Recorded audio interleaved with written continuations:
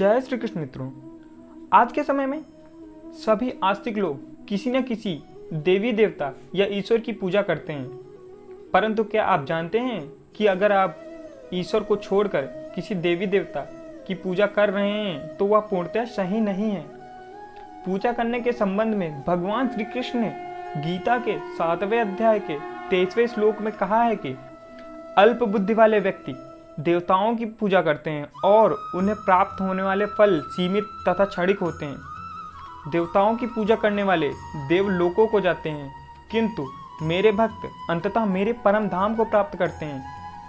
फिर भगवान श्री कृष्ण जी 9वें अध्याय के 23वें एवं 24वें श्लोक में कहते हैं कि हे अर्जुन, यद्यपि श्रद्धा से युक्त जो सकाम भक्त अर्थात फल की इच्छा करने वाले भक्त अन्य देवताओं को पूजते हैं, वे वास्तव में मुझे ही पूजते हैं, परंतु उनका वह पूजन अविधि पूर्वक अर्थात अज्ञान पूर्वक है।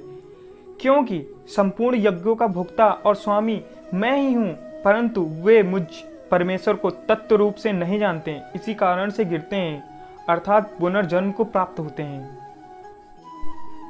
हम में से कुछ लोग ऐसा मानते हैं कि देवताओं की पूजा करने वाला व्यक्ति परमेश्वर के पास पहुंच सकता है, परंतु यहाँ पर भगवान श्री कृष्ण ने स्पष्ट किया है कि देवताओं को पूजने वाले उपासक उसी देवता को लोक को जाते हैं। जैसे कि सूर्य की उपासना करने वाले सूर्य लोक को जाते हैं, चंद्रमा की उपासना करने वाले चंद्रलोक को जाते हैं, इंद्र की उपासना करने वाले लोग इंद्रलोक को जाते हैं। इसलिए हमें सदैव भगवान श्री कृष्ण की पूजा करनी चाहिए, जिससे हमें इस भौतिक संसार के जन्म मृत्यु के बंधन से मुक्त होकर हम भगवान के परम धाम को प्राप्त कर सकें।